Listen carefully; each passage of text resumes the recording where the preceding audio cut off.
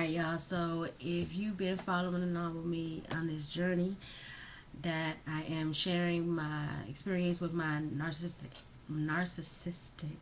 ex-husband, well, it's about to get really real now. Alright. So, welcome to Receive and Relate. If this is your first time here, hello. My name is Tara. I'm so glad you clicked on this video for story time. If you are a returning subscriber or a returning visitor, hey y'all, hey. So, this segment is about me hooking up with Bahamian. And when I say hooking up, that's exactly what I mean. So, yeah, I'm still good and saved. I'm still good and saved, fire baptized, Holy Ghost filled, with Jesus on my side, like that. Ooh, that was so old and churchy. Ooh, that was so old.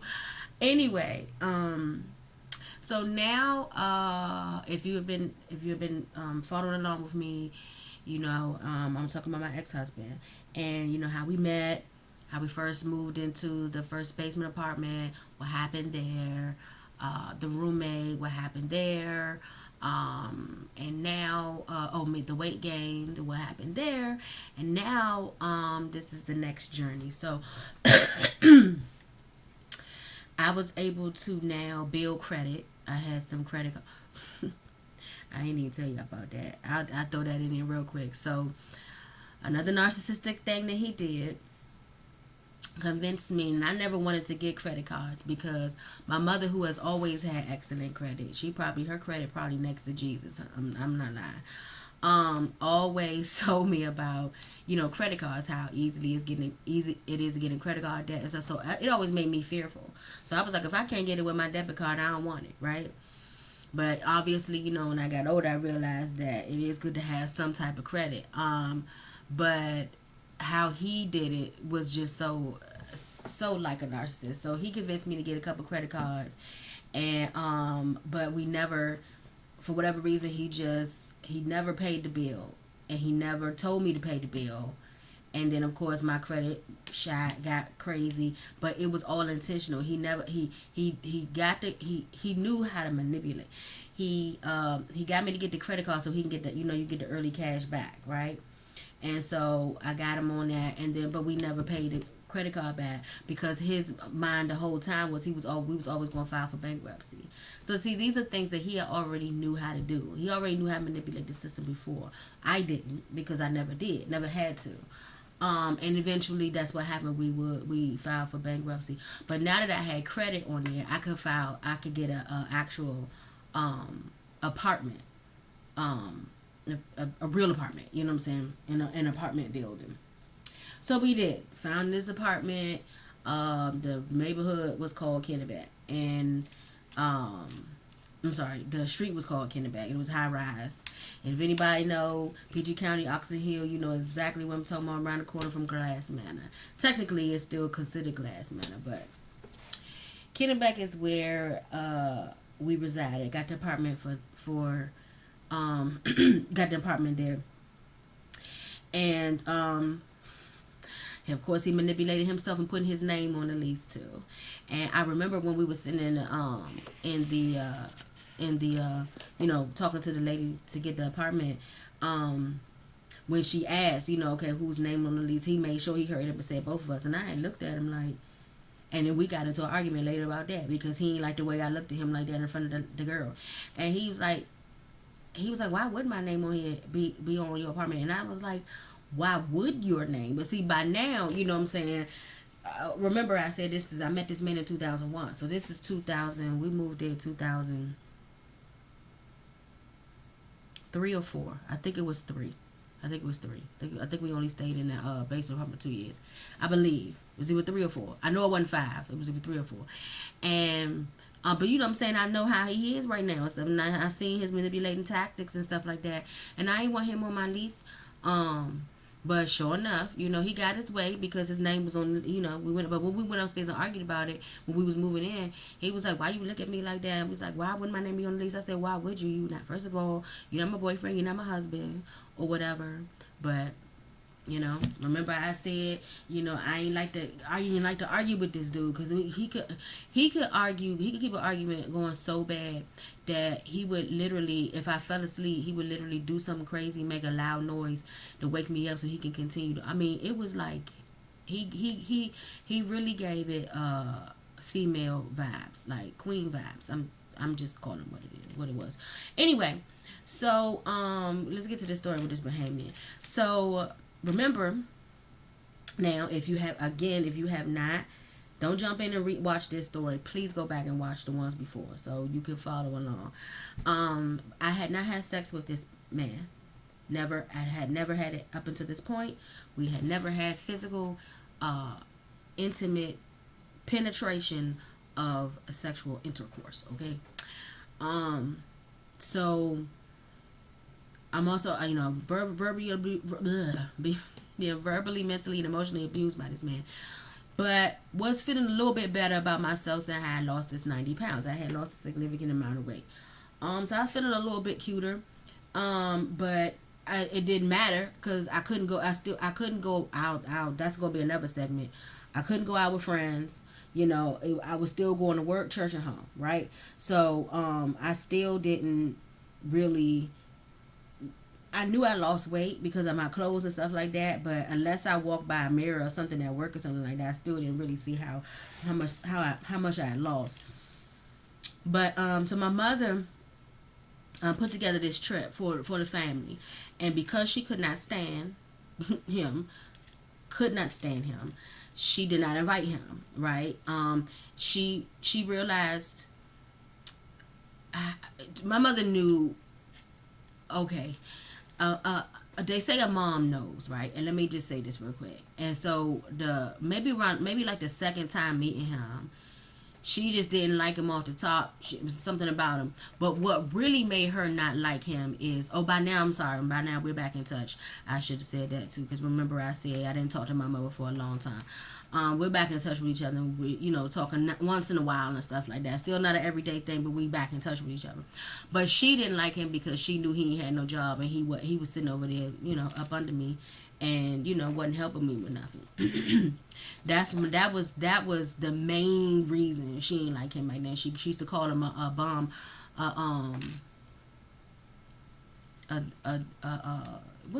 it's a word that older people use. It's not bum, it's something else. It's like, it was a slum. I can't remember right now, but she used to call him that all the time on the phone with me. And she was right though, but I had too much pride. I didn't want to admit that she was right, and I was just like, I'm okay. I can, I'm doing it on my own. I'm okay. So anyway, she decided to put together a family trip to the Bahamas, and she did not invite him. And what was he going to say? He wasn't going to say, I can't go with my mother. Now, one thing he didn't do was challenge my mom. And I think it was because he knew that my mother was hip to him. But, he tried to manipulate me and make me think my mother ain't love me and stuff like that. But he used to talk about her because I think he deep down, he knew my mother was hip to the type of person he is and some of the secrets that he was hiding. But it didn't register with me yet. Okay, not yet. It would be a long time. So anyway, he didn't go back and forth with her. If it was friends or whatever, he had something to say. But if my mom, he didn't have a whole lot to say. So he didn't argue me down. Yeah, of course he was mad that I was gone. He was gonna be left alone because that was his big thing. He used to use the rejection and abandonment thing against me if I went somewhere without him or wherever, and so but he couldn't fight this one. So we went to the Bahamas. So it was me, my mom, my brother-in-law, and what year was this? So I had 3 nieces. No, all her kids was born by then. Yeah, this was 2004, so all my sister's children were born by then. I think they all came. And we went to Freeport, Bahamas. And it would just so happen that maybe like two weeks or maybe like a month before they had just had this hurricane. So it was nice, but we didn't experience it how we could have experienced it, because a lot of stuff was shut down and stuff due to the bad hurricane they had. But we, we made the most out of it. Well, anyway, so we're there, and the I guess he called a bellman or a butler or whatever. It was a young guy, right? And when I say young, I mean like he wasn't in his teens. Let me see. I was 20. If it was 03, I was 24. So he might have been maybe a couple years younger, maybe like 21, 20, something like that. And listen, so I hadn't had somebody flirt with me in so long that I didn't even catch up on it at first. I think even my mom said something slick after he had helped us with our bags and whatever. And I think maybe she saw like him look back and like smile at me or something like that, and it made me like, really, me, really? Nah, he ain't looking at me like that. He definitely was. He kept coming around. He kept asking if I needed anything, especially me, and then day by day, and several times a day. And so I think we stayed a week out there, and so a couple days later, how did he? I think he was bold with it. I think he was just bold with it. I believe he knocked on the door and asked for me. And I came to the door and I was like, hey. And by then I had already, of course he introduced himself in the beginning, so I knew his name and everything. And then he asked me out. And I was so shocked. I think it would be the first time in my life that anybody asked me out on a date where it wasn't like a mutual type of thing, like, oh, let's go out, you know what I'm saying, like somebody I used to mess with. Like he physically asked me out on a date, and I was like, okay. And listen, I'm good and grown, so there's no reason, good and grown and good and single, right? So there's no reason why I should say no. But when I went back and discussed it with my mother and my sister and them, and they was looking at me like, why wouldn't you say no? And mind you, I've got to say this, he was handsome. He was handsome. The Bahamians, they handsome over there. Just like some of the Jamaicans are handsome. I'll get to that story. I'll tell you about that when I got a Jamaican story. So I got a whole Stella got a groove back, child. It's going to be how Tara got her groove back. And I ain't bragging about it either because, woo, child. Anyway. Focus. Okay, staying with this story. He was fine. He was a handsome young man. And my mother was like, why wouldn't you go? Like, you are like I just say, single, you don't have no. And it was really like pushing me, because remember I said they couldn't stand, they ain't like my ex-husband. So we went out, and he took me to eat, and I think we ate, we danced, had a good time. And then we went back to his house, to watch a movie. Netflix and chill, even though I don't think Netflix was out back then, but you know what I mean. And one thing led to another, and I'm just, we did the do all the way. And I was shocked at myself because just met him a few days before. And that wasn't my intentions. You know what I'm saying? And listen, I had been with this person so many years. And like I said, it was just straight church before, for the most part. And I hadn't had experience in like a one night stand or whatever. I didn't have a dating experience either.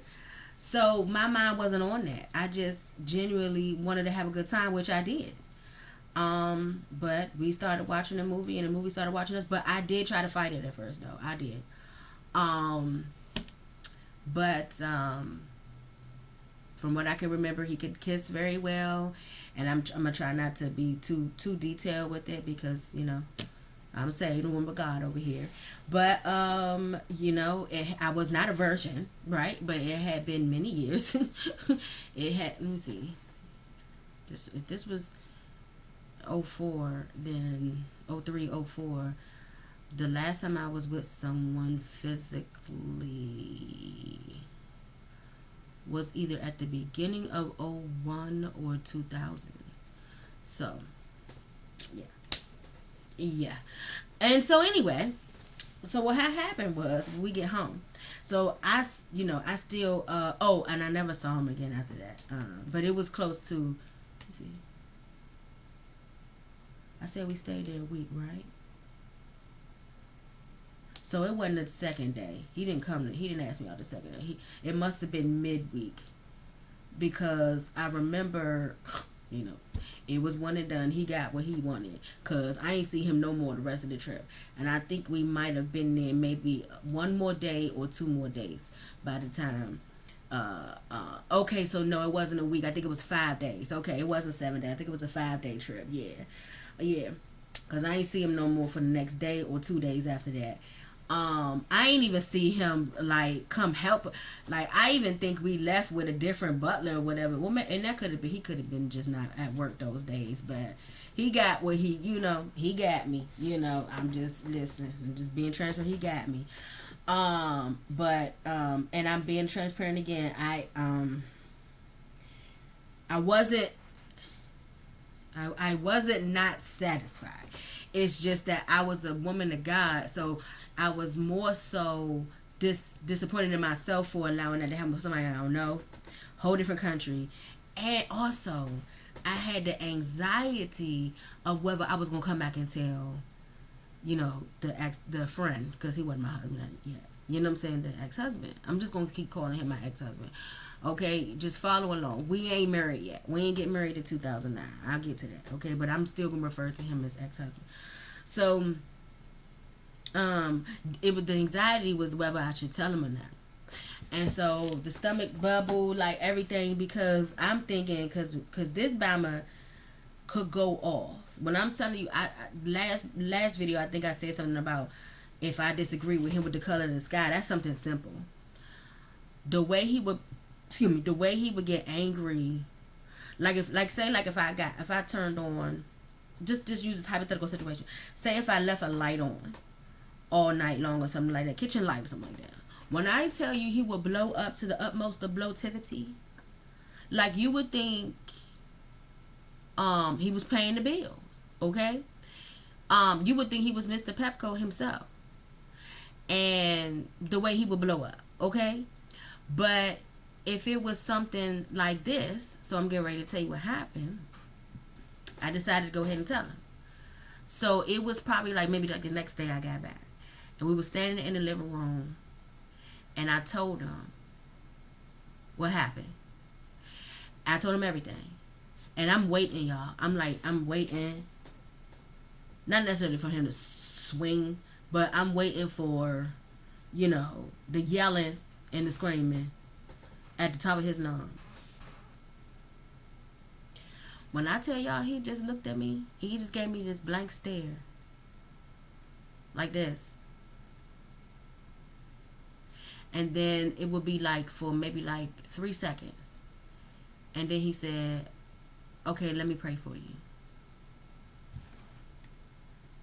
I'm sorry, what? That's it?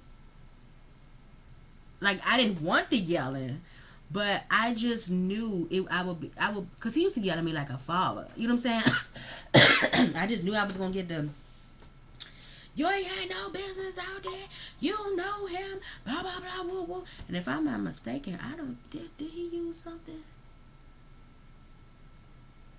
No, I think he did. I think he did use something. But nonetheless, it wasn't supposed to when it shouldn't happen. But that's what I thought I was going to get. He said, okay, let me pray for you. And he prayed for me. And he prayed stuff said that I wouldn't get any diseases or wouldn't be pregnant or just simple normal stuff. I'm still waiting. The day after, I was waiting for him to come bring it up again. Nothing. I thought this was the strangest thing. So now I was working still working at Blue Cross Blue Shield at the time. And there was these people at work that I used to talk to that I thought were my friends. I am using this very, very, okay, loosely. But I would talk to, it was a male and a female. And I remember telling them about what happened. And both of them right off the top said, oh, he gay. Right off the top, they was like, oh, he gay. And I was like, gay? why would you get gay? The man prayed for me. Now, yes, I was expecting him to scream to the top of his lungs, but he prayed for me. How do you equate gay with, they was like, he is gay. Like they were adamant about it. High-fiving each other and everything, or giving each other the look like, and then looking at me like, how I don't understand it. But y'all, I couldn't wrap my brain. It was like, nah, he ain't, no, he a man of God, he just decided to pray for me. They was like, okay. And so they would, like, after that, they would crack little jokes under their breath with it. But I would be around, I would be there. But they would crack little jokes around to each other, talking about him. And also notice, like, they would be excited when I would come to them and tell them something else that happened and something else that happened. But yeah, we're gonna leave, because I didn't even want this to be that long. So we're gonna leave this video there, okay? And so yeah, welcome to my world. It's about to get real crazy. So if you are enjoying this story, I hope you already subscribed. If not, go ahead and subscribe. And if you have any strange happenings like that, and you feel led to comment, go ahead and comment below. Or any other comment that you want to comment, go ahead and comment below. And if you'd like to sow into the ministry, please do so. The information is in the show notes or in the description. And also have an ebook that I've created on anybody who might be going through something like this, or have gone through something like this, and you want to learn how to break free from narcissistic traps. The link for that is in the bio I have for you, and I would encourage you to download it and purchase it. And yeah, that's it. Remember, people receive when they can relate. I love you, but know that God loves you more. I'll see you next episode.